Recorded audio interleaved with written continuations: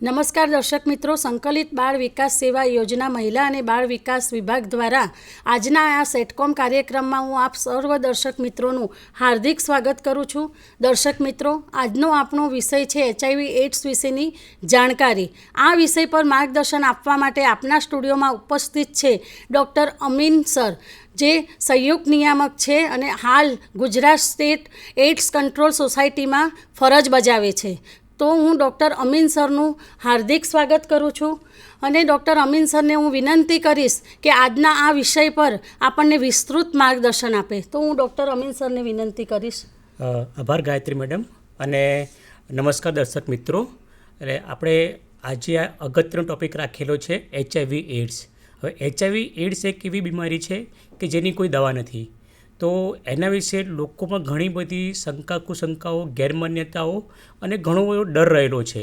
તો આજના આ કાર્યક્રમ દ્વારા અમે પ્રયત્ન કરીશું કે HIV એડ્સ વિશે આપને મૂળભૂત માહિતી મળે, અને જે પણ માહિતી મળે એ સંપૂર્ણ અને સાચી મળે, કે જેથી આપનામાં અને લોકોમાં HIV વિશે જે પણ કુશંકાઓ કે ગેરમાન્યતાઓ છે એ દૂર થાય, ડર પણ દૂર થાય. અને બીજી ખાસ વસ્તુ એ છે કે HIV એડ્સ સાથે ઘૃણાની ભાવના જોડાયેલી હોય છે.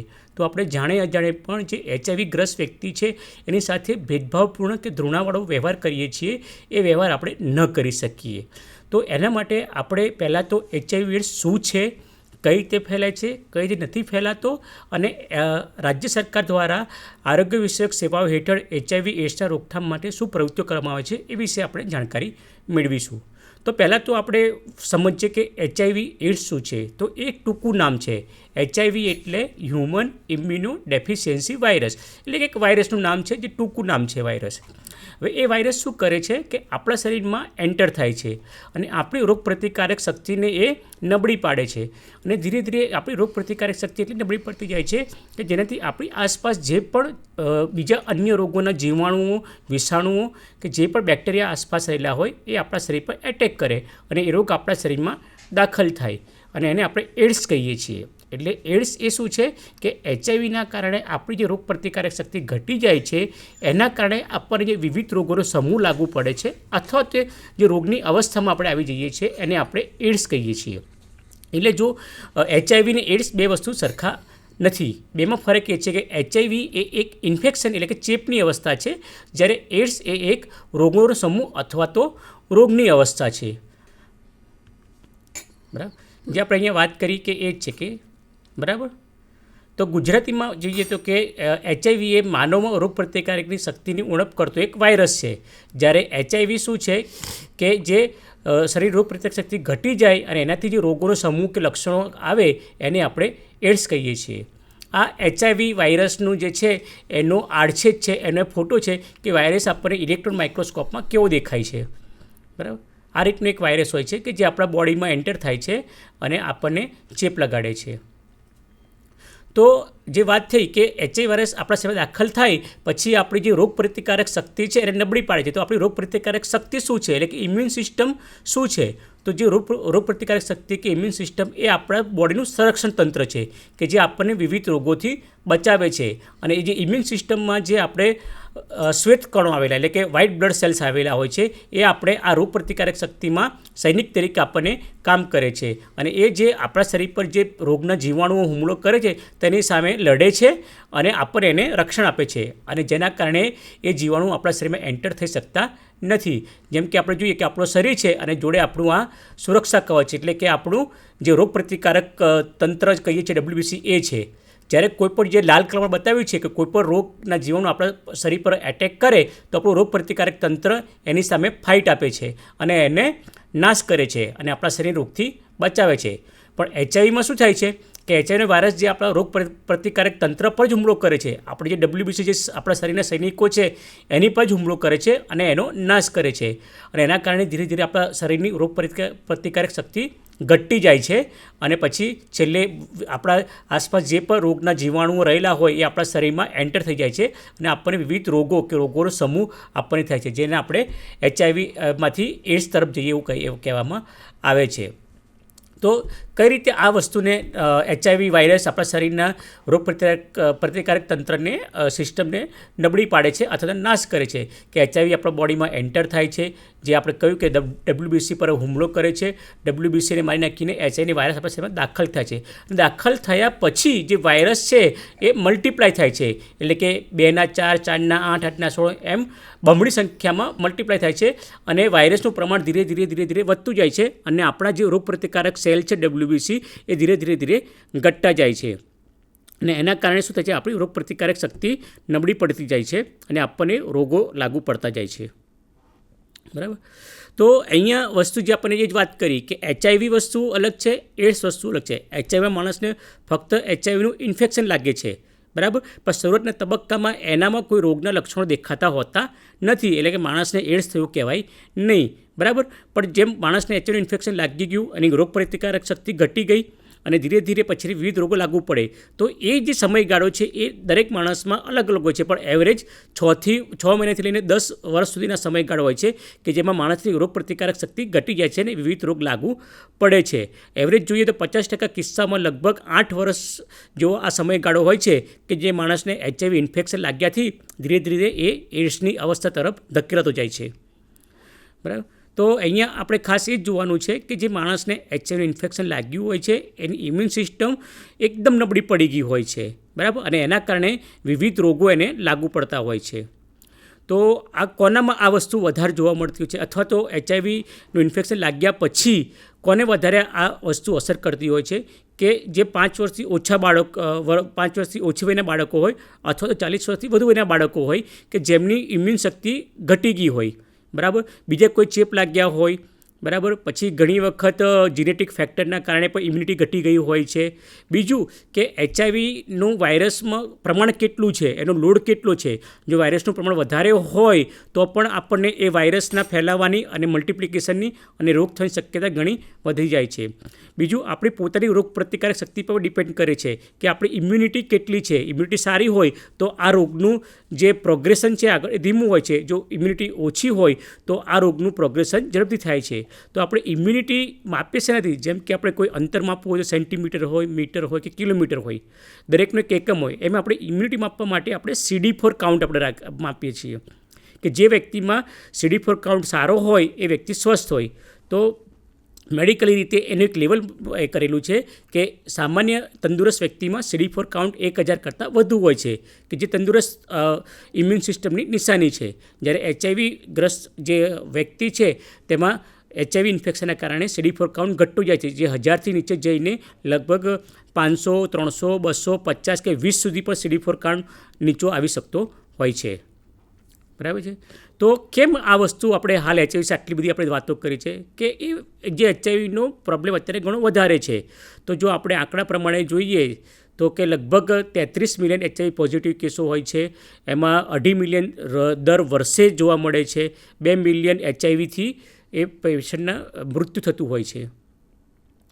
તો HIVની હિસ્ટ્રી શું, તો કે ભારતમાં મદ્રાસમાં 1986માં પહેલો HIV કેસ જોવા મળ્યો હતો આપણને.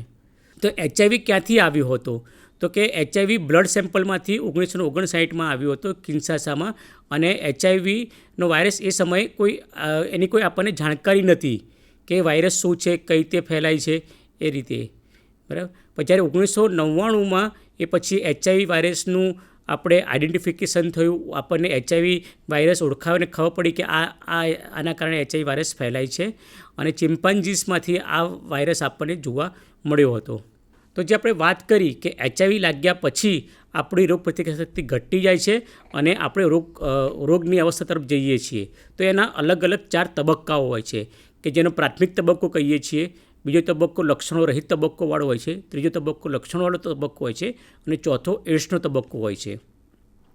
તો જે પ્રાથમિક તબક્કો એટલે કે સ્ટેજ 1 કહીએ છીએ એનો સમયગાળો ખૂબ નાનો હોય છે અને એમાં કોઈ ખાસ લક્ષણો દેખાતા હોતા નથી. એમાં શરદી ખાંસી લાઇક ફ્લૂના જે સિમ્ટમો હોય એવું સામાન્ય સિમ્ટમો જ હોય છે, એટલે આપણને ખ્યાલ નથી આવતો કે એકચ્યુઅલી આપણને HIVનું ઇન્ફેક્શન થયું છે. પણ અહીંયા એક ખાસ વાત ધ્યાને રાખવાની કે માણસમાં HIVનું ઇન્ફેક્શન થયું છે તો બીજા માણસને ઇન્ફેક્શન ફેલાવી શકે છે, ભલે એનામાં કોઈ સિમ્ટમ ના હોય, બરાબર, છતાં પણ એના બોડીમાં ઇન્ફેક્શન છે તો બીજા વ્યક્તિને એનું ઇન્ફેક્શન ફેલાવી શકે છે.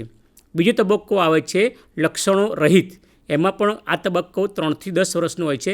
એમાં પણ કોઈ મોટા સિમ્પટોમ દેખાતા નથી, પરંતુ આ સમયગાળા દરમિયાન આપણા શરીરમાં જે વાયરસો આવેલા છે એ વાયરસનું મલ્ટિપ્લિકેશન થતું હોય છે, કે જે વાત કરી કે 2 ના 4, 4 ના 8 એ તે વાયરસો હોય છે. શરૂઆતમાં આ વાયરસનું પ્રમાણ એટલું ઓછું હોય છે કે આપણે બ્લડ ટેસ્ટ કરાવીએ ને તો પણ એ વાયરસ આપણને દેખાય નહીં. બરાબર, એટલે કે શરૂઆતના તબક્કામાં એચઆઈવીનું બ્લડ ટેસ્ટ કરાવીએ તો પણ એચઆઈવી ડિટેક્ટ થતો નથી. આ જે સમયગાળો હોય છે, બરાબર, એને આપણે વિન્ડો પીરિયડ કહીએ છીએ. વિન્ડો એટલે કે બારી, એટલે કે આપણે ચોરને શોધવા કે પકડવા જઈએ અને બારી વાટે ચોર ભાગી જાય. એમાં અહીંયા આપણને ઇન્ફેક્શન થયું છે, આપણે બ્લડ ટેસ્ટ દ્વારા આપણે વાયરસને ડિટેક્ટ કરવા જઈએ છીએ, પણ વાયરસનું પ્રમાણ એટલું ઓછું છે કે બ્લડ ટેસ્ટમાં એ ડિટેક્ટ થઈ શકતો નથી, કે જેને વિન્ડો પીરિયડ કહેવામાં આવે છે. અને વિન્ડો પીરિયડ સામાન્ય રીતે 6 મહિનાનો હોય છે.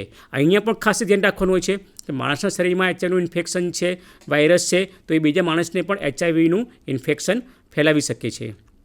પછીનો ત્રીજો તબક્કો આવે છે લક્ષણોવાળો તબક્કો, કે જેમાં વાત કરીએ આપણને કે ધીરે ધીરે આપણી જે રોગ પ્રતિકારક શક્તિ ઘટી જાય છે, વિવિધ રોગો લાગુ પડે છે અને એ રોગોના લક્ષણો આપણને જોવા મળતા હોય છે. શરૂઆતમાં રોગના લક્ષણો એકદમ હળવા પ્રકારના હોય છે, પણ જેમ જેમ આપણી ઇમ્યુન સિસ્ટમ ડાઉન થતી જાય છે એમ એમ એ રોગ વધતો જાય છે અને રોગના લક્ષણો પણ ગંભીર બનતા જાય છે. બીજું એ છે કે આપણી રોગ પ્રતિકારક શક્તિ ઘટી જાય છે તો આપણી આસપાસ વાતાવરણમાં જે પણ બેક્ટેરિયા, જીવાણુ કે વિષાણુ રહેલા હોય એ પણ આપણા શરીરમાં એન્ટર થઈ જાય છે અને આપણને એનો ચેપ લાગે છે. એટલે કે એ જે બેક્ટેરિયા કે જીવાણુ જે ચેપ લગાડે છે એ શું છે, તક જોઈને આપણને ચેપ લગાડે છે કે ભાઈ આ વ્યક્તિની રોગ પ્રતિકારક શક્તિ ઓછી થઈ એટલે આપણને તક મળી છે એના શરીરમાં એન્ટર થવાની. બરાબર, એટલે જ આવા વિષાણુ કે જીવાણુથી જે ચેપ થાય છે એને આપણે તકવાદી ચેપ એટલે કે ઓપોર્ચ્યુનિટી ઇન્ફેક્શન આપણે એને કહીએ છીએ. ઇવન રોગ પ્રતિકારક શક્તિ ઘટી જાય છે તો ઘણા કેન્સર થવાની પણ ચાન્સીસ આપવામાં અહીંયા જોખમ વધી જાય છે. જે આપણે વાત કરી કે તકવાદી ચેપ શું હોય છે, એટલે એ જ કે આપણી આસપાસ ઘણા બધા રોગના જીવાણુ વિષાણુ ફેલાયેલા હોય છે, પણ આપણી રોગ પ્રતિકારક શક્તિ મજબૂત હોય તો એ જીવાણુ કે વિષાણુ આપણી બોડીમાં એન્ટર થઈ શકતા નથી. પણ જો આપણી રોગ પ્રતિકારક શક્તિ ઘટી ગઈ હોય, આપણા શરીરને જે રક્ષણ કરે છે એ ઇમ્યુન સિસ્ટમ નબળી પડી ગઈ હોય, આપણા સૈનિકો કે જે શ્વેતકણો કે WBC કહીએ છીએ એ ઓછા હોય કે નાશ પામ્યા હોય, તો આ જે જીવાણુ કે વિષાણુ આપણા બોડીમાં ઇઝીલી એન્ટર થઈ શકતા હોય છે અને આપણને ચેપ લગાડી શકતા હોય છે. એટલે તક જોઈને આપણા બોડીમાં એન્ટર થાય છે અને તક જોઈને આપણને એનો ચેપ લગાવે છે, એટલે જ આપણે તકવાદી ઇન્ફેક્શન એમાં કહીએ છીએ. પછી ચોથો સ્ટેજ આવે છે એચઆઈવીનો, કે જે છેલ્લે એચઆઈવીની અવસ્થાથી લઈને એ એઇડ્સની અવસ્થા તરફ લઈ જાય છે. આમાં જે આપણી રોગ પ્રતિકારક શક્તિ ખૂબ જ નબળી પડી જાય છે. જે વાત કરી કે CD4 કાઉન્ટ સામાન્ય જે તંદુરસ્ત માણસમાં 1000 ઉપર હોય છે, જે અહીંયા ઘટીને 200 સુધી પણ જઈ રહે છે. અને ઇમ્યુનિટી ઘટી ગઈ હોય છે એટલે એમાં ઘણા જ રોગો ગંભીર પ્રકારનું સ્વરૂપ ધારણ કરે છે અને વ્યક્તિ સંપૂર્ણ એઇડ્સની અવસ્થામાં પહોંચી જાય છે. તો વાત થઈ કે જો વ્યક્તિમાં એચઆઈવીથી એઇડ્સમાં જાય અને ઇમ્યુનિટી ઘટી જાય તો તકવાદી ચેપ લાગુ પડે. તો કયા કયા તકવાદી ચેપો કે ઇન્ફેક્શન લાગુ પડે છે, તો એમાં બેક્ટેરિયાના ઇન્ફેક્શનો પણ હોય છે, વાયરલ ઇન્ફેક્શન પણ હોય છે, પછી જે પેરાસાઇટ કે પરોપજીવી હોય છે એના પણ ઇન્ફેક્શન હોય છે, ફંગસ એટલે કે ફૂગના ઇન્ફેક્શન હોય છે એ પણ હોય છે, કે જેમાં બેક્ટેરિયામાં કોમન ન્યુમોનિયા અને ટીબી હોય છે, જ્યારે વાયરસમાં હર્પસ, સાયટોમેગાલો વાયરસ ને ઇન્ફ્લુએન્ઝા હોય છે. જે પેરાસાઇટિક ઇન્ફેક્શન હોય છે એમાં ન્યુમોસિસિસ કેરીની, ટોક્સોપ્લાઝમોસિસ વગેરે હોય છે. અને જે ફૂગવાળા હોય છે કે જેમાં કેન્ડિડા અને ક્રિપ્ટોકોકસ મુખ્ય ઇન્ફેક્શન એમાં જોવા મળતા હોય છે. તો ટૂંકમાં આપણે વાત કરીએ કે એચઆઈવી એઇડ્સનું ઇન્ફેક્શન, બરાબર, માથાથી શરૂ કરીને વ્યક્તિના પગ સુધીના બધા જ અંગોને લાગુ પડે છે. મગજને, આંખને, અન્ન જે આપણે અન્નનળી છે, પાચનતંત્ર છે, શ્વસનતંત્ર છે, બધા જ અંગો અને બધા જ તંત્રોને આપણને અસર કરતું હોય છે. તો વાત કરીએ કે એચઆઈવીને જે રોગ છે તો કઈ રીતે ફેલાય છે, તો એચઆઈવી ફેલાવાનું મુખ્ય 4 જ પરિબળ છે, એ સિવાય કોઈ 5મું પરિબળ નથી. તો જો આ 4 પરિબળથી આપણે બચી શકીએ તો આપણામાં એચઆઈવી આવી શકીએ નહીં અને આપણે એચઆઈવીથી બચી શકીએ. તેમાં જે મુખ્ય પરિબળ છે અસુરક્ષિત જાતીય સંબંધ, અસુરક્ષિત યૌન સંબંધ મુખ્ય પરિબળ છે. બીજું પરિબળ છે દૂષિત એટલે કે એચઆઈવી ચેપગ્રસ્ત રક્ત અથવા રક્તના ઘટકો ચડાવવાથી. ત્રીજું આવે છે ચેપગ્રસ્ત નીડલ અને સિરિંજ વાપરવાથી. અને ચોથું આવે છે માતા જો સગર્ભા હોય અને જો એને એચઆઈવી ઇન્ફેક્શન લાગ્યું હોય તો એના આવનારા બાળકને પણ માતાથી બાળકને એચઆઈવીનું સંક્રમણ લાગવાના જોખમ કે ચાન્સીસ રહેલા છે. તો જે આપણે વાત થઈ તો એ જ છે કે મુખ્ય 4 કારણ છે. એ 4 કારણને જો આપણે અટકાવીએ કાં તેનાથી દૂર રહીએ તો આપણને એચઆઈવીનો ચેપ લાગી શકતો નથી. તો પહેલું જે છે કે અસુરક્ષિત જાતીય સંબંધ. તો દરેક અસુરક્ષિત જાતિ સંબંધ વખતે આપણે નિરોધનો ઉપયોગ કરીએ તો અસુરક્ષિત જાતિ સંબંધ સુરક્ષિત જાતિ સંબંધમાં ફેરવાઈ જાય છે અને નિરોધ આ રીતે આપણને એચઆઈવી અને એસટીઆઈ એટલે કે જાતીય રોગો સામે પણ આપણને રક્ષણ આપે છે. બીજું છે ચેપગ્રસ્ત સોય અને સિરિંજ વાપરવાથી. તો અહીંયા આપણે દરેક યુઝ વખતે ડિસ્પોઝેબલ નીડલ સિરિંજ વાપરીએ તો આપણે આ વસ્તુથી બચી શકીએ છીએ. ત્રીજું આવે છે ચેપગ્રસ્ત લોહી ચડાવવાથી. તો આપણને જ્યારે પણ લોહીની જરૂર પડે અકસ્માત વખતે, સુવાડ વખતે અથવા તો લોહીની ઉણપવાળા રોગો એનિમિયા કે વગેરે હોય તો ત્યારે સરકારી લાયસન્સ પ્રાપ્ત બ્લડ બેન્કોમાંથી જો આપણે લોહી લઈએ તો આપણને સુરક્ષિત રક્ત મળે છે. કારણ કે એ લોકોને લાયસન્સ મળે છે તો એના એ શરત ખાસ હોય છે કે એમાં એચઆઈવી સહિત બીજા 4 રોગો એટલે ટોટલ 5 રોગો એચઆઈવી છે, સિફિલિસ છે, મેલેરિયા છે, હેપેટાઇટિસ બી અને સી એ 5 રોગોનું પરીક્ષણ કરવામાં આવે છે અને એ પરીક્ષણ કર્યા બાદ એ રક્ત એનાથી નેગેટિવ હોય એટલે કે એનાથી સુરક્ષિત હોય તો જ પછી એ લોહી જે જરૂરિયાતમંદ વ્યક્તિને ચડાવવામાં આવે છે. બરાબર. અને ચોથી વસ્તુ જે વાત કરી કે માતા સગર્ભા હોય અને જો એને એચઆઈવી હોય તેના આવનારા બાળકને પણ એચઆઈવીનો રોગ જન્મથી થવાની સંભાવના છે. તો આ માટે આપણે દરેક સગર્ભા માતાનું એચઆઈવી ટેસ્ટિંગ કરાવવું જરૂરી છે અને જો માતા એચઆઈવી પોઝિટિવ જાણવા મળે તો તરત જ એને એ માટે એચઆઈવી રોકવા માટેની દવા આપણે તરત ચાલુ કરવી જરૂરી છે. અહીંયા તમને ખાસ જણાવી દઉં કે હજુ પણ એચઆઈવી મટી શકે એવી દવા શોધાઈ નથી. એટલે એચઆઈવી ક્યોરેબલ નથી પણ એચઆઈવીને કંટ્રોલ કરી શકાય, એચઆઈવીને અટકાવી શકાય એવી દવા છે. બરાબર. એટલે કે એચઆઈવી ક્રોનિકલી મેનેજેબલ ડિસીઝ છે કે જેમ તમને એક ઉદાહરણ આપું કે અત્યારે બ્લડ પ્રેશર અને ડાયાબિટીસ સુગરનું રોગો ઘણા જોવા મળતા હોય છે, ઘણી બધી વ્યક્તિઓને થતા હોય છે. બરાબર.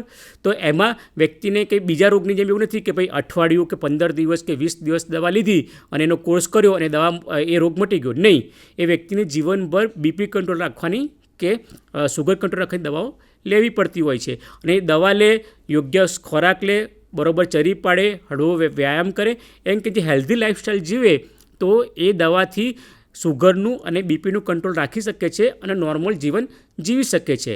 એમ અહીંયા પણ જે એચઆઈવી જે રોકવાની કે અટકાવવાની જે દવા છે કે જેને આપણે એઆરવી એટલે કે એન્ટ્રી રિટ્રોવાયરલ ટ્રીટમેન્ટ કહીએ છીએ એટલા માટે કે એચઆઈવીનો વાયરસ રિટ્રોવાયરસ પ્રકારનો છે. એ વાયરસને રોકનાર દવા એટલે એન્ટીરિટ્રો. એટલે એન્ટીરિટ્રો થેરાપીની જો દવા લેવામાં આવે તો આપણા બોડીમાં એચઆઈવીનો જે વાયરસ છે એ જે મલ્ટિપ્લિકેશન થાય છે એ મલ્ટિપ્લિકેશન કંટ્રોલમાં રહે, આપણો CD4 કાઉન્ટ ઇમ્પ્રૂવ થાય એટલે કે આપણી જે સ્વસ્થ છે જીવન એ વધુ સારું આપણે બની શકે. અને એઆરવી સાથે જીવનારા લોકો ઘણું સારું સ્વસ્થ અને આપણા જેવું નોર્મલ જીવન જીવનારા ઘણા ઉદાહરણો આપણી સામે છે. તો અહીંયા ખાસ એ આપણે બહેનોને ખાસ એ મારે વિનંતી છે કે જે પણ સગર્ભા માતા હોય એનો એચઆઈવી ટેસ્ટ જેમ બને એમ જલ્દી કરાવો. કારણ કે જેટલી જલ્દી આપણને તપાસથી એની ખબર પડશે એમ જલ્દી આપણે એને એચઆઈવીની દવાઓ ચાલુ કરીશું. અને જેટલી એચઆઈવી દવાઓ એના શરીરમાં જશે એટલું વાયરસનું પ્રમાણ ઘટી જશે અને વાયરસનું પ્રમાણ જેટલું ઘટશે એટલું આવનારા બાળકને પણ એનું ચેપ લાગવાની સંભાવના ખૂબ ઘટી જશે. અહીંયા આપણને સાયન્ટિફિક રીતે અને મેડિકલ રીતે એ પણ પ્રૂવ થયેલું જોવા મળેલું છે કે જો વ્યક્તિના શરીરમાંથી વાયરસનું પ્રમાણ એકદમ ઘટી જાય, બરાબર, કે જે આપણને લેબ ટેસ્ટ દ્વારા ખબર ના પડે એટલે કે અનડિટેક્ટેબલ, બરાબર, તો એ વ્યક્તિ દ્વારા એચઆઈવીનું બીજા વ્યક્તિમાં સંક્રમણ થવાની સંભાવના લગભગ નહિવત અથવા તો 0 જેવી થઈ જતી હોય છે. એટલે કે ટ્રાન્સમિટેબલ. એટલે અહીંયા અમે એક સૂત્ર પણ આપીએ છીએ U = U એટલે કે અનડિટેક્ટેબલ. જો વાયરસનું પ્રમાણ એટલું ઓછું હોય કે ડિટેક્ટ ના થઈ શકતા હોય તો સામે એની ટ્રાન્સમિટ કરવાની ક્ષમતા પણ લગભગ 0 થઈ જતી હોય છે. U = U. એટલે અહીંયા એચઆઈવી પ્રોગ્રામ દ્વારા હું આપણે ખાસ એ વિનંતી કરવા માગું છું અને માહિતી એ આપવા માગું છું કે એચઆઈવીની તપાસ જેમ બને એમ જલ્દી કરાવવી જરૂરી છે. જે પણ એચઆઈવી પોઝિટિવ જોવા મળે તેની તાત્કાલિક જલ્દી દવાઓ ચાલુ કરાવવી જરૂરી છે. અને જે વાત કરી કે એચઆઈવી દવા એવી નથી કે 6 મહિના લીધીને પછી મટી ગયું. બીપી સુગરની જેમ એને લાઈફ ટાઈમ દવા લેવાની જરૂરી છે. એટલે વ્યક્તિએ પણ એને આ દવાઓ લાઈફ ટાઈમ લેવાની જરૂરી છે અને રેગ્યુલર લેવાની જરૂરી છે. ખાસ આ વસ્તુ મને એટલા માટે ભાર મૂકું છું કે આપણે એઆરવીની દવા ચાલુ કરીએ ને તો ધીરે ધીરે વાયરસનું પ્રમાણ ઘટી જાય, આપણી ઇમ્યુનિટી સારી થાય એટલે વ્યક્તિને એમ હેલ્થ સારી ફીલ થાય તો એમ લાગે કે ના મને તો હવે સારું થઈ ગયું, મને તો મટી ગયું, મને તો કોઈ પ્રોબ્લેમ નથી, પછી હું શું કરે ખોટી દવાઓ લઉં, અને એમ કરી પછી એ અધવચ્ચેથી દવાઓ છોડી દે છે. પછી શું થાય છે કે જેવી દવા છોડી દીધી એટલે ફરી પાછો વાયરસ વધતો જાય, રોગ પ્રતિકારક ઘટી જાય અને રોગ ફરી પાછો ઉંચકાય. હવે અહીંયા જો દવા અધૂરી છોડી હશે તો શું થશે કે વાયરસે અગાઉની દવાની સામે એને રેઝિસ્ટન્સ મેળવી લીધું હશે, તો એ દવા એના માટે કામમાં નહીં આવે. તો પછી એના માટે આપણે ફર્સ્ટ લાઇનમાંથી સેકન્ડ લાઇન ડ્રગ ઉપર જવું પડશે. અને સેકન્ડ લાઇન ડ્રગ એ હેવી હશે, બંને રીતે હેવી, કે એની સાઇડ ઇફેક્ટ પણ વધારે હશે અને એની કોસ્ટ પણ વધારે હશે, દવા પણ વધારે પ્રમાણમાં લેવી પડતી હશે. તો મારે આપને એ જ વિનંતી છે કે આપને જે ફર્સ્ટ લાઇન ડ્રગ દવા ચાલુ કરવામાં આવે એ દવા તમે જીવનભર નિયમિત રીતે ચાલુ રાખો તો તમે સરળ દવા, હવે તો એ જે ફર્સ્ટ લાઇન દવા છે એ એક જ ટેબ્લેટમાં આવે છે, 3 અલગ અલગ પ્રકારની દવા છે એ એક જ ટેબ્લેટમાં આવે છે. એટલે એક ગોળી રોજ તમારે જે તમને ટાઈમ આપેલો એ ટાઈમ નિયમ પ્રમાણે ટાઈમથી તમારી દવા લેવાની હોય છે અને તમે સારું સ્વસ્થ જીવન જીવી શકો છો. તો આ વાત થઈ ARV રોકથામની દવાની. તો આપણે જે વાત કરી કે આ HIV કઈ રીતે લાગી શકે છે, તો આ જે 4 કારણો છે, 4 કારણોથી HIV લાગે છે, એનાથી આપણે દૂર રહીએ તો આપણને HIV લાગી શકે નહીં. માં જે વસ્તુ વાત કરી કે જે સૌથી મુખ્ય કારણ અસુરક્ષિત જાતીય સંબંધ છે, તો 100 HIVના કિસ્સા હોય તેમાં લગભગ 85% કિસ્સામાં HIV થવાનું કારણ આપણને અસુરક્ષિત જાતિ સંબંધ જોવા મળશે. તો ક્યાં જોવા મળે, તો જે HIVનો વાયરસ છે એ આપણા શરીરના જે બોડી ફ્લુઇડ હોય એ બોડી ફ્લુઇડમાં વધારે જોવા મળે, જેમ કે બ્લડ છે, સિમેન એટલે કે વીર્ય છે, વજનલ ફ્લુઇડ એટલે યોનિ સ્ત્રાવ છે, બ્રેસ્ટ મિલ્ક એટલે માતાનું ધાવણ છે, એ બધામાં આખું જોવા મળશે. બીજું જે આપણે એનું જે પ્રસરણનું જે આપણે રૂટ જોયો બરાબર, તો એમાં દૂષિત લોહીથી, તો 2 થી 4 કિસ્સામાં HIVનું જે ચેપ છે એ દૂષિત લોહીથી હોય છે. એટલે કે 100માં જે 100 કિસ્સાઓ જોઈએ એમાં 2 થી 4% કિસ્સાઓમાં આ દૂષિત લોહીથી HIV થયેલો માલુમ પડતો હોય છે. ત્રીજો જે આપણે રૂટ ઓફ ટ્રાન્સમિશન જોયું તો ચેપગ્રસ્ત માતાથી બાળકને, બરાબર. એટલે અહીંયા આપણે એવું શરૂઆતમાં માતાને બ્લેમ કરતા હતા, પણ માતામાં HIV વાયરસ ક્યાંથી આવ્યો? આ તો કંઈ TB કે કોરોના જેવો વાયરસ નથી કે ભાઈ હવાથી ફેલાઈ જઈને હવાથી આવી ગયો, બરાબર. તો કિસ્સાઓમાં જોવા મળ્યું છે, સ્ટડી દ્વારા જોવા મળ્યું છે કે 90 થી 95% કિસ્સાઓમાં એ સ્ત્રી કે માતાને એ વાયરસ એમના હસબન્ડ દ્વારા એનું ટ્રાન્સમિશન થયેલું છે. એટલે જો બચ્ચાને જન્મથી HIV હોય તો એના માટે એકલી માતા જવાબદાર નથી, માતા પિતા બંને જવાબદાર છે. ને અહીંયા એ જે બચ્ચું છે એને ગર્ભાવસ્થા એટલે કે એન્ટીનેટલ જે પીરિયડ છે એ દરમિયાન પણ, પ્રસૂતિ જે થાય છે એ દરમિયાન પણ, અને પ્રસૂતિ બાદ માતાના ધાવણ દ્વારા પણ HIV લાગવાની સંભાવના રહેલી છે. અને જે વાત કરી કે 100 કિસ્સા હોય એમાંથી 20 થી 40% એટલે કે એવરેજ 30% કિસ્સાઓમાં આ વસ્તુ જોવા મળતી હોય છે. એટલે કે જો 100 માતા પોઝિટિવ હોય HIV અને એ બાળકને જન્મ આપે તો એવરેજ 70% કિસ્સામાં આપણે કુદરતની દયા કો કે ભગવાનની દયા કો એક બચ્ચામાં HIVનું ટ્રાન્સમિશન થતું નથી, પરંતુ 30% કિસ્સામાં આ HIVનું ટ્રાન્સમિશન થાય છે. તો માતાથી બાળકમાં જો HIVનો અટકાવ કરવો હોય તો આ 30% બાળકો ઉપર ધ્યાન રાખવું ખૂબ જરૂરી છે. અને જે અત્યારે વાત કરી કે HIV અટકની દવા આવેલી છે, તો જો સગર્ભા માતાને વેળાસર એની તપાસ કરવામાં આવે અને એની દવા ચાલુ કરવામાં આવે અને માતા નિયમિત રીતે એની દવા લે તો એનામાં વાયરસનું પ્રમાણ એટલું ઘટી જશે કે જેથી એનાથી જે એના બાળકને જે વાયરસનું ટ્રાન્સમિશન થાય છે એ નહીં થાય. અને ઉપરાંત જે HIV પોઝિટિવ માતાથી જે બાળક જન્મ થયેલું છે એને પણ જન્મ સમયે આપણે ARV પ્રોફાઇલેક્ટિક દવા એટલે કે HIV રોકથામની દવા આપવામાં આવે છે, સિરપ, જે સિરપ પણ એને પીવડાવવામાં આવીએ, બરાબર. તો આપણે જે 30% બાળકો પોઝિટિવ છે ને એનું પ્રમાણ ઘટાડીને આપણે લગભગ 2 થી 5% સુધી લાવી શકીએ છીએ. એટલે કે જો આપણે આ બધા જે આપણા જે પ્રિવેન્ટિવ મેજર્સ છે, અટકાવવાના જે આપણા જે પ્રયત્નો છે કે ભાઈ માતાને બી નિયમિત દવા આપીએ, બચ્ચાને પણ જન્મ સમયે દવા આપીએ, તો જે 100માંથી 70 તો એ બચી જ જાય છે. બીજા આપણે લગભગ 25 થી 27-28 બાળકો એટલે કે 95 થી 98% બાળકોને આપણે HIVના ચેપથી બચાવી શકીએ છીએ. અને આપણે જે શું કહેવાય જે પ્રિવેલન્સ પ્રમાણે જોવા જઈએ તો જ્યાં જે રોગનો દર 5%થી ઓછો હોય તો આપણે એ રોગ આપણે નિર્મૂલન કે નાબૂદી તરફ જઈ રહ્યો છે એમ કહી શકાય. તેમ અહીંયા પણ જો માતાથી બાળકનું જે ચેપનું પ્રસરણ છે એ 95%થી વધારે લઈ જઈએ, અટકાવવાનું જે પ્રમાણ છે એ 95% વધારે લઈ જઈએ, એટલે કે 95% જે હાલ આપણને જે રિઝલ્ટ મળે છે એ આપણે જાળવી રાખીએ તો આપણે માતાથી બાળકમાં એચઆઈવીનું ચેપનું પ્રસરણ છે એ અટકાવવામાં આપણે સફળ થઈ શકીએ. તો બાળકમાં જે ઇન્ફેક્શન આવે છે માતાથી તો એમાં કઈ ફેક્ટર્સ એમાં ખાસ એટલે કે કયા કારણો એમાં ભાગ ભજવતા હોય છે. તો કે રિસન્ટ એચઆઈવી ઇન્ફેક્શન થયું હોય, ઇન્ફેક્શનનું પ્રમાણ કેટલું વધારે છે કે નહીં, વાયરસનું પ્રમાણ કેટલું છે, માતાને અન્ય કોઈ રોગ લાગુ થયેલા છે કે નહીં, બરાબર. પછી ઓબ્સ્ટેટ્રિક પ્રોસિજર એટલે કે જ્યાં બ્લડ કે બોડી ફ્લુઇડનું ટ્રાન્સમિશન શક્યતા વધારે હોય ત્યાં થઈ છે.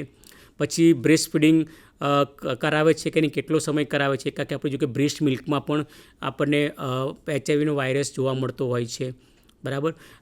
એને માતાનું ધાવણ આપે છે કે મિક્સ પ્રકારનું ધાવણ આપે છે, બરાબર. પછી ઉપરાંત જે બ્રેસ્ટની કન્ડિશન, બ્રેસ્ટમાં નિપલમાં પણ જો ક્યાંક ક્રેક હોય, બરાબર, તો એના દ્વારા પણ વાયરસ બાળકના મોઢામાં આવી શકતો હોય છે અને બાળકના મોઢામાં પણ જો ક્યાંક ઘા કે ઉજરડો હોય તો એના દ્વારા વાયરસ એ બાળકના શરીરમાં ઇઝીલી એ અંદર એન્ટર થઈ શકતો હોય છે, બરાબર.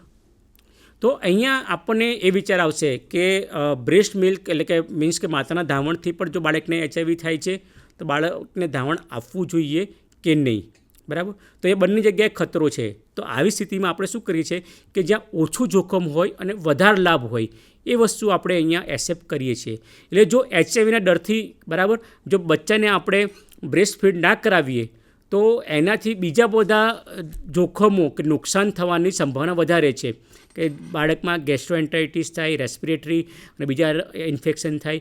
બીજું કે માતાના ધાવણમાં જે પહેલું જે પીળું ગાઢું દૂધ આવે છે કોલોસ્ટ્રમ, એ કોલોસ્ટ્રમ બચ્ચાને ના મળે કે જેનાથી બચ્ચાની જે ઇમ્યુનિટી ઇમ્પ્રૂવ થતી હોય એ ના થાય વગેરે થાય. અને એના કારણે જે બચ્ચાને પૂરતું પોષણ નથી મળતું માતાના ધાવણથી કે કોલોસ્ટ્રમથી બચ્ચાની ઇમ્યુનિટી નથી મળતી અને એના કારણે બચ્ચાનું ડેથ થાય છે એનું પ્રમાણ ઘણું વધારે છે એઝ કમ્પેર ટુ જો બચ્ચાને આપણે બ્રેસ્ટ મિલ્ક આપણે એને આપીએ અને એચઆઈવી થવાની સંભાવના હોય અને વર્ષમાં વર્ષ કન્ડિશન કે બચ્ચું કદાચ ડેથ થઈ જાય તો એ જે ડેથનું પ્રમાણ છે એ ઘણું ઓછું છે.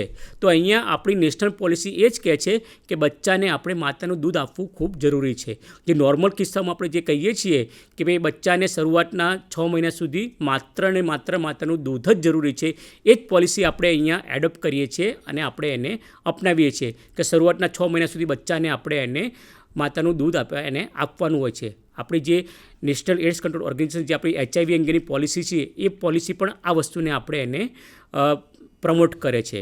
પરંતુ અહીંયા માતાને જ્યારે આપણે એએનસી વિઝિટમાં આવે ત્યારે આપણને એની બ્રેસ્ટ ફીડિંગ વિશે કાઉન્સેલિંગ કરવાનું હોય છે કે ભાઈ બ્રેસ્ટ ફીડિંગથી એચઆઈવીનું પ્રમાણ એચઆઈવીનું ટ્રાન્સમિશન થઈ શકે છે, પરંતુ એનાથી જે બ્રેસ્ટ ફીડ ન કરાવો એનાથી જે રોગો થવાનું જોખમ કે જે મૃત્યુનું જોખમ છે એ એચઆઈવી કરતાં વધારે છે, એચઆઈવીથી ઓછું છે. એટલે આપણે જ્યાં ઓછું જોખમ અને વધારે લાભ છે એ ઓપ્શન આપણે અહીંયા એને આપણે અપનાવીએ છીએ. તો જે વાત કરી કે એચઆઈવી મોસ્ટ ઓફ આપણા શરીરના બોડી ફ્લુઇડમાં જોવા મળે છે તો એનું પ્રમાણ જોઈએ તો બ્લડમાં ઘણું વધારે જોવા મળે છે, પછી સિમેનમાં હોય છે, પછી વેજનલ ફ્લુઇડમાં હોય છે અને એમ્નિયોટિક ફ્લુઇડમાં હોય છે અને છેલ્લે એકદમ ઓછું પ્રમાણ સલાવેમાં હોય છે. તો અહીંયા તમે જ્યારે ગૂગલ સર્ચ કરશો કે કોઈક પુસ્તકો વાંચશો તેમાં પણ એમ હોય છે કે ભાઈ સલાવા એટલે કે આપણે જે લાડ છે એ લાડમાં બી કે એચઆઈવી હોય તો કિસ કરવાથી એચઆઈવી થાય, તો અહીંયા ટેકનિકલી ના, કારણ કે સલાઈવામાં એચઆઈવીનું પ્રમાણ એકદમ ઓછું હોય છે, બરાબર. અને કોઈપણ રોગને ફેલાવવા માટે અમુક પ્રકારનું વાયરસ એની ક્વોન્ટિટી હોવી જરૂરી છે, અમુક પ્રમાણ હોવું જરૂરી છે. તો જો સલાઈવાથી જો વાયરસનું ફેલાવવું જોઈતું હોય તો લગભગ આપણને 10થી 15 લીટર સલાઈવા જોઈએ. તો કિસ કરતા હોય ત્યારે 10થી 15 લીટર સલાઈવાનું ટ્રાન્સમિશન થતું નથી. એટલે પ્રેક્ટિકલી સલાઈવાથી એટલે કે કિસ કરવાથી એચઆઈવી થતું નથી. પણ જો વ્યક્તિના મોઢામાં કંઈક ચાંદા પડ્યા હોય, ઘા ઉજળો પડ્યો હોય તો એચઆઈવી વાયરસ એ ઘા ઉજળાથી ઇઝીલી એના બોડીમાં એન્ટર થઈ શકે છે. તો આવા કિસ્સામાં સામાન્ય કરતાં એચઆઈવી થવાનું જોખમ આમાં વધારે હોય છે. એચઆઈવી વાયરસ વિશે આપણે હું કહી દઉં કે આપણું એટલું સૌભાગ્ય છે કે એચઆઈવી વાયરસ આપણી ચામડીને ભેદીને આપણી શરીરમાં એન્ટર નથી થઈ શકતો.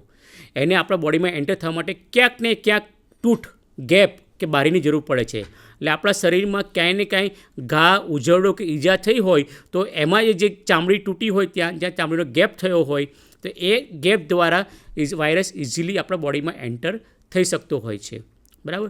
એટલે જસ્ટ તમને એક એક્ઝામ્પલ આપું કે હું મારી હથેળીમાં એચઆઈવી ગ્રસ્ત લોહી લઈને હું ઊભો રહું 2 મિનિટ, 5 મિનિટ, 10 મિનિટ કે 2 કલાક, પણ જો મારી હથેળીમાં કોઈ ઘા કે ઉજળો નહીં હોય તો એ HIV વાળું જે લોહી છે એમાંથી વાયરસ મારા બોડીમાં નહીં આવે. પણ જો મારા હથેળીમાં ક્યાંય પણ ઘા કે ઉજળો હશે તો ઇઝીલી વાયરસ મારા બોડીમાં આવી જશે. બીજું આપણું એ છે કે HIV વાયરસ છે નોર્મલ વાતાવરણમાં જીવી શકતો નથી, બરાબર. એટલે કે HIV લોહી હોય, બરાબર, તો જ્યાં સુધી એ એના લિક્વિડ પ્રવાહી સ્વરૂપમાં છે ત્યાં સુધી વાયરસ જીવિત છે. પણ જેવું લોહી જામી જાય, ગંઠાઈ જાય તો વાયરસ જીવી શકતો નથી. તો લોહી જામી જાય કે ગંઠા માટે કેટલી સમયની જરૂર પડે છે? 20 થી 40 સેકન્ડ બોડીમાં, અને બહાર હોય તો મેક્સિમમ અડધો કલાક કે કલાક, બરાબર. એટલે HIVનો વાયરસ લાંબો સમય વાતાવરણમાં જીવી શકતો નથી. બીજું કે HIVનો વાયરસ નબળો એ રીતે કહીએ છીએ કે સામાન્ય આપણે એને ગરમ પાણીમાં ઉકાળીએ, સામાન્ય બોઇલ કરીએ 15 થી 20 મિનિટ તો પણ વાયરસ એ મરી જતો હોય છે. એના માટે કોઈ મોટા કેમિકલ ડિસઇન્ફેક્શન કે મોટું કોઈ કેમિકલથી સ્ટરીલાઇઝેશન કે રેડિયેશનની જરૂર પડતી નથી. HIV સિવાય બીજા એવા લગભગ 250 થી 500 પ્રકારના જે વાયરસ જોવા મળે છે જે બ્લડથી ફેલાય છે, કે જે આવી રીતે ઇઝીલી ડિસ્ટ્રોય નથી થતા, અને એને ડિસ્ટ્રોય કરવા માટે ઘણા બધા કેમિકલ ડિસઇન્ફેક્શન અથવા તો કેમિકલ સ્ટરીલાઇઝેશનની જરૂર પડતી હોય છે. એટલે મારે દરેક દર્શક મિત્રોને એ સલાહ છે કે કોઈપણ વસ્તુ તમે યુઝ કરો, ખાસ જે આપણે હેલ્થકેર વર્કર છે એની વાત કરું છું, તેને પ્રોપરલી સ્ટરીલાઇઝ કરો તો જેથી તમે HIVથી બચી શકતો. પણ એ સિવાય પણ બ્લડથી HIV સિવાય જે બીજા 250 થી 500 પ્રકારના રોગો ફેલાય છે એનાથી પણ આપણે અને આપણા દર્દીઓને આપણે બચી શકીશું. તો અહીંયા જે વાત થઈ કે 100 HIV વ્યક્તિઓ હોય તો એમને આપણે પૂછીએ કે તમને HIV કઈ રીતે લાગ્યો, તો આ રીતે આપણને જોવા મળશે કે ભાઈ અસુરક્ષિત જાતિ સંબંધી 86% હશે, બ્લડથી 2%, જે ચેપગ્રસ્ત નીડલ સિરિંજથી 3%, અને જે વાત કરી માતાથી બાળકમાં 3%. હવે તમે એમ કહેશો કે અગાઉ વાત થઈ કે 4 જ વસ્તુ થઈ તો અનનોન અધર ક્યાંથી આવ્યું? તો અહીંયા ઘણી વખત એવું હોય છે કે વ્યક્તિને પોતાને ખબર નથી હોતી, કાં તો વ્યક્તિ કન્ફ્યુઝ હોય છે, કાં તો 1થી વધુ કારણો હોય છે ઉપરના 4 છે એમાં. એટલે કોઈ એમાં ચોક્કસ કારણ પર નિષ્કર્ષ પર આપણે નથી આવી શકતા, એટલે આપણે અધર કે અનનોન રાખ્યું છે. તેની સામે આપણે જો જોઈએ તો એ જોખમ કેટલું, પેલું હતું ટકાવારી પ્રમાણે ચાન્સીસ, પણ એ જોખમ કેટલું, તો કે અહીંયા જે અસુરક્ષિત જાતિ સંબંધ છે એમાં જોખમ 0.1 થી 1% જ છે. વધારે શેમાં છે? અસુરક્ષિત રક્તથી 95 થી 99%. એટલે કે જો વ્યક્તિને HIV ગ્રસ્ત લોહી ચડાવવામાં આવે તો એ વ્યક્તિને HIV થવાની સંભાવના લગભગ 95 થી 100% હોય છે. પ્રમાણ એટલા માટે ઓછું હોય છે કે દરેક વ્યક્તિને લોહી ચડાવવાની જરૂર હોતી નથી. અમુક જ ખાસ સંજોગોમાં રક્ત ચડાવવાની જરૂર પડે છે, જે આગળ વાત થઈ કે એક્સિડન્ટ થયો હોય, સુવાવડ હોય કે લોહીની ઉણપ હોય વગેરે. પણ અહીંયા તમે સેક્સ્યુઅલ રૂટ જુઓ, ચાન્સીસ બહુ ઓછા છે, પણ તમે આગળની સ્લાઇડમાં જોશો, બરાબર, ટકાવારીમાં બહુ વધારે છે. કારણ કે number of the activity, sexual એક્ટો બધા જ કરતા હોય છે. એટલે અહીંયા એ જે એનું જે ટકાવારીમાં પ્રમાણ સેક્સ્યુઅલ રૂટથી વધારે જોવા મળતું હોય છે. નીડલ સિરિંજમાં એનું જે જોખમ છે 0.5 થી 1%. એટલે કે 1000 નીડલે આપણને 1000 ઇન્ફેક્ટેડ નીડલ વાગે તો એમાંથી 1 જણને આ સંભાવના છે, બરાબર. એટલે અહીંયા મારે એ વસ્તુ તમને એ જ કહેવાની છે, ખાસ કરીને હેલ્થકેર વર્કર્સ જે હોય છે એમને, કે તમને નીડલ પ્રિક થાય તો ગભરાવાની કોઈ જરૂર નથી, બરાબર. પણ ખાસ ધ્યાન પણ એ જ રાખવાનું છે કે 1% પણ ચાન્સીસ છે તો પ્રોપર આપણે યુનિવર્સલ પ્રિકોશન લેવા પડે, અને નીડલ ક્યાંક વાગી જાય તો પછી એના માટે આપણે પૂરતી તકેદારી અને પૂરતા પગલાં લેવા જોઈએ. કે જો નીડલ પ્રિક થાય તો આપણે આંગળી મોંમાં નાખીને લોહી ચૂસવાની જરૂર નથી, કારણ કે એનાથી જે ઇન્ફેક્ટેડ લોહી છે વધુ આપણા શરીરમાં જાય છે.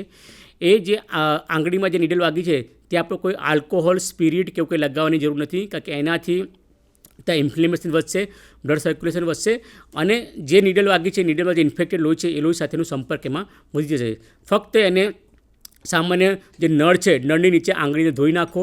તમને સાફ કરવાની જરૂર લાગી હોય તો સિમ્પલ સાબુથી સાફ કરી રાખો અને સાદી પટ્ટી બાંધી નાખો, અને નજીકના આરોગ્ય સેન્ટર પર જઈને તમે એની તમારું રિસ્ક એસેસમેન્ટ કરો કે નીડલ વાગી જાય. એ આપણે જે ARTની જે દવાઓ મળે છે એ ART સેન્ટરો પર આનું એસેસમેન્ટ થાય છે કે તમને નીડલ વાગી તો તમને HIVનું જોખમ કેટલું છે, અને પછી તમને એ પ્રમાણે 1 મહિનાની પોસ્ટ એક્સપોઝર પ્રોફાઇલેક્સિસ એટલે કે PEP આપવામાં આવે છે, કે જે આપણે 28 દિવસથી 30 દિવસ એટલે કે 1 મહિનાની કઢવાની હોય છે, કે જેથી તમને HIV થવાનું જોખમ ઘટી જાય છે.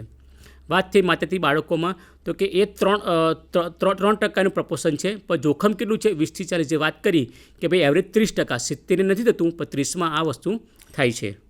તો આ વાત થઈ એમાં ટકાવારી કેટલી છે અને જોખમનું પ્રમાણ કેટલું છે. તો આપણે આગળના જે સ્લાઇડ હતી એમાં જોયું કે ભાઈ HIV કઈ રીતે ફેલાય છે. આ વસ્તુ પણ ખૂબ જરૂરી છે કે HIV કઈ રીતે નથી ફેલાતો. હાથ મિલાવવાથી, છીંક કે ખાંસી ખાવાથી, મચ્છર કરડવાથી, સાથે રમવાથી, જમવાથી, સાથે ભણવાથી, સાથે જોબ કરવાથી, કોમન જે વસ્તુઓ છે ટોયલેટ, બાથરૂમ કે ટેલિફોનનો ઉપયોગ કરવાથી, હોસ્પિટલનો ઉપયોગ ખબર કાઢવા કે આપણે જઈએ સગાવા લઈને એનાથી, બરાબર, સાથે નાહવાથી, આ બધાથી એચઆઈવી ફેલાતો નથી. તો આ મેસેજ પણ આપણા માટે અને લોકોમાં આ મેસેજ આપવાની પણ ખૂબ જરૂરી છે કે જેનાથી જે એચઆઈવી વિશે શંકા કુશંકા છે કે કોઈ વ્યક્તિ આપણી સાથે કામ કરતો હોય તો કે આપણે એચઆઈવી લાગી જશે, તો કોઈ છોકરો એચઆઈવી ગ્રસ્ત હોય અને સ્કૂલમાં ભણતો હોય તો આપણને બીક લાગે કે આપણા છોકરાને એચઆઈવી લાગશે તો એ છોકરાને સ્કૂલમાંથી કઢાવી મૂકીએ કાં તો આપણા છોકરાને સ્કૂલમાંથી ઉઠાડીને બીજે મૂકી દઈએ. તો આમ અહીંયા આપણે ક્યાંક ને ક્યાંક એચઆઈવી વિશે જે પણ આપણને ભ્રામક માન્યતાઓ છે એના કારણે આપણે એચઆઈવી ગ્રસ્ત વ્યક્તિ સાથે જાણે અજાણે કંઈ પણ આપણે ભેદભાવપૂર્ણ કે પક્ષપાતપૂર્ણ વર્તાવ કરીએ છીએ. અને હવે તો એચઆઈવી એક્ટ આવી ગયો છે, HIV and AIDS prevention act 2017, કે જે અંતર્ગત જો આપણે એચઆઈવી ગ્રસ્ત વ્યક્તિ સાથે ધૃણા કે ભેદભાવ રાખીએ તો આપણી સામે એક્શનેબલ પગલાં પણ લઈ શકાતા હોય છે. તો અહીંયા આ મેસેજ પર ખાસ જરૂરી છે કે આ બધા કારણોથી એચઆઈવી ફેલાતું નથી, તો આપણે આ બધા કારણોથી એચઆઈવીથી ડરવાની જરૂર નથી. એચઆઈવી વ્યક્તિ આપણી સાથે જ નોર્મલ માણસની જેમ રહી શકે છે, કામ કરી શકે છે અને એના જે અધિકારો છે અધિકારો એ ભોગવી શકે છે. તો એચઆઈવી કઈ ફેલાય છે કઈ રીતે આપણે જાણી શકાય, તો માત્ર ને માત્ર બ્લડ ટેસ્ટથી જ જાણી શકાતું હોય છે. પણ અમુક લક્ષણો હોય તો ડૉક્ટરને એ શંકા કરી શકે છે કે ભાઈ આ લક્ષણો તે વ્યક્તિને એચઆઈવી હોઈ શકે તો એચઆઈવી ટેસ્ટ કરાવી શકાય છે. તો એ લક્ષણોમાં હોય છે કે ભાઈ લાંબા ગાળાથી તાવ રહેતો હોય, એટલે કે 1 મહિના કરતાં વધુ સમયથી તાવ રહેતો હોય, આપણે ઘણા બધા ટેસ્ટ કરાયા પણ બધા ટેસ્ટ નેગેટિવ આવે, કમળો ના હોય, ટાઇફોઇડ ના હોય, બધા તાવ કરાયા, તાવના ટેસ્ટ કરાયા, બધા રિપોર્ટ નેગેટિવ હોય, છતાં પણ એને તાવ આવતો હોય. 1 મહિના કરતાં વધુ સમયથી એને ઝાડા હોય, આપણે એને ઝાડાની ઘણી બધી દવાઓ આપી હોય, ટેસ્ટ કરાયા હોય, નેગેટિવ આવે, દવાઓ આપી હોય, ઘણા બધા કોર્સ પૂરા કર્યા હોય, છતાં પણ એને ઝાડા ચાલુ થતા હોય, એનું વજન ઘટતું જાય, 1 મહિનાની અંદર 10% જેટલું વજન ઘટી જાય કોઈપણ જાતે દેખીતા કારણો કર, બરાબર, કે નોર્મલી 60 કે 70 કિલોનું માણસનું વજન હોય તો 1 જ મહિનામાં 6 થી 7 કિલો વજન એનું કોઈ પણ કારણસર ઘટી જાય, કે કોઈ ઉપવાસ કરતો ના હોય, કે ડાયટિંગ કરતો ના હોય, બીજી કોઈ બીમારી ના હોય, બરાબર. પછી મોઢામાં જે છાલા પડે એ, બરાબર, પછી ટીબી લાગી જાય અને બીજા અન્ય તકવાદી ચેપો લાગી જાય તો ડૉક્ટર અહીંયા શંકા કરી શકે છે કે આને એચઆઈવીનું રોગ હોઈ શકે છે અને એચઆઈવીની લોહીની તપાસ કરે છે અને માત્ર લોહીની તપાસ દ્વારા જ આપણે એચઆઈવી ચેક કરી એ કન્ફર્મ જાણી શકાય છે. અને અહીંયા સરકારી હોસ્પિટલોમાં જે આઈસીટી સેન્ટરો એટલે ઇન્ટિગ્રેટેડ કાઉન્સેલિંગ ટેસ્ટિંગ સેન્ટરો આવેલા હોય છે, બરાબર, ત્યાં એચઆઈવીની તપાસ એકદમ વિના મૂલ્યે થાય છે અને વ્યક્તિની જે માહિતી છે એકદમ ગોપનીય રાખવામાં આવે છે. એટલે કે એ વ્યક્તિ વિશે કોઈને જાણ કરવામાં આવતી નથી, માત્ર જે દર્દી છે એને જ ખબર હોય છે. ઇવન એનું રિઝલ્ટ પણ દર્દીને જ આપવામાં આવે છે, એનું રિઝલ્ટ પણ અન્ય કોઈ સાથે શેર કરવામાં આવતું નથી કે જાહેર કરવામાં આવતું નથી. એટલે કે અહીંયા વ્યક્તિની ગોપનીયતા જાળવવામાં ખૂબ જ ધ્યાન રાખવામાં આવતું હોય છે. જે વાત કરી કે એચઆઈવી ક્યોર છે તો વાત કે ના, એચઆઈવી ક્યોર નથી, પણ એચઆઈવી રોકથામવાળી જે દવાઓ છે એનાથી આપણે એચઆઈવીનો વાયરસનું જે પ્રમાણ છે એને આપણે ઘટાડી શકીએ છીએ. જે વાત કરી તો એ માટે આપણે નિયમિત દવાઓ લેવી જરૂરી છે, લાઈફ ટાઈમ દવાઓ લેવી જરૂરી છે, અન્ય રોગો ના થાય એ પણ આપણે ધ્યાન રાખવું છે, કોઈ રોગ થતો અથવા તેની દવા આપણે એને લેવી જરૂરી છે. તો એચઆઈવી અટકાવવા માટે જે વાત કરી કે એચઆઈવી માટે તો હાલ કોઈ આપણી પાસે દવા નથી, એટલે અટકાવ જ એનો ઉપાય, અટકાવ જ એની દવા. તો આપણે ખાસ આ સંદેશો આપણે ફેલાવવો જરૂરી છે કે જે મુખ્ય જે કારણ છે તો અસુરક્ષિત જાતિ સંબંધ છે, તો લગ્ન પહેલાં શારીરિક સંબંધો ટાળો, પોતાના જીવનસાથીને વફાદાર રહો, સુરક્ષિત જાતિ સંબંધ બાંધો અને નિરોધનો ઉપયોગ કરો.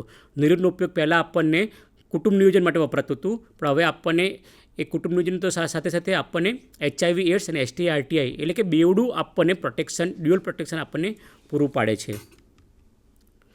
પછી જે વાત કરી કે લોહીથી ફેલાય છે ચેપગ્રસ્ત લોહીથી, તો લાયસન્સ પ્રાપ્ત બ્લડ બેંકમાંથી જ સુરક્ષિત લોહી લેવાનો આગ્રહ રાખો, બરાબર. જે વાત કરી જો માતાથી બાળકને HIV ફેલાતો અટકાવવો હોય તો દરેક સગર્ભા માતાને HIVની તપાસ કરાવો અને વેળાસર એને દવા ચાલુ કરો અને લાઈફ ટાઈમ દવા ચાલુ રાખે અને બાળકને પણ જન્મ સમયે HIV રોકથામ માટેની દવા એમાં આપે. અને અત્યારે હાલ સ્થિતિમાં HIV સામે લડવા માટે સૌથી મોટું પરિબળ કે હથિયાર ગણો કે જે પણ ગણો એ કોન્ડમ જ છે. એ જે વાત કરી કે અનવોન્ટેડ પ્રેગ્નન્સી નથી અટકાવતું, પણ સાથે HIV એડ્સ અને એના સાથે ડેથને પણ આપણને અટકાવે છે. દર્શક મિત્રો, ડૉક્ટર અમીન સરે આપણને ખૂબ જ ઝીણવટપૂર્વક અને વિસ્તૃત માહિતી આપી છે. અને હું ડૉક્ટર અમીન સરનો ખૂબ જ હૃદયપૂર્વક આભાર માનું છું અને આપ સર્વ દર્શક મિત્રોનો પણ ખૂબ જ હૃદયપૂર્વક આભાર માનું છું. નમસ્કાર. હું પણ આરોગ્ય અને પરિવાર કલ્યાણ વિભાગ ગુજરાત સ્ટેટ સોસાયટી તરફથી ICDS વિભાગ વુમેન એન્ડ ચાઇલ્ડ ડેવલપમેન્ટ અને બાયસેગની ટીમને પણ હું ખૂબ આભાર માનું છું કે મને આ એક તક આપી અને જેના કારણે આપણો જે ધ્યેય છે HIV અટકાવવાનો એમાં આપણે એક ભાગરૂપ બન્યા. આભાર. નમસ્કાર. નમસ્કાર.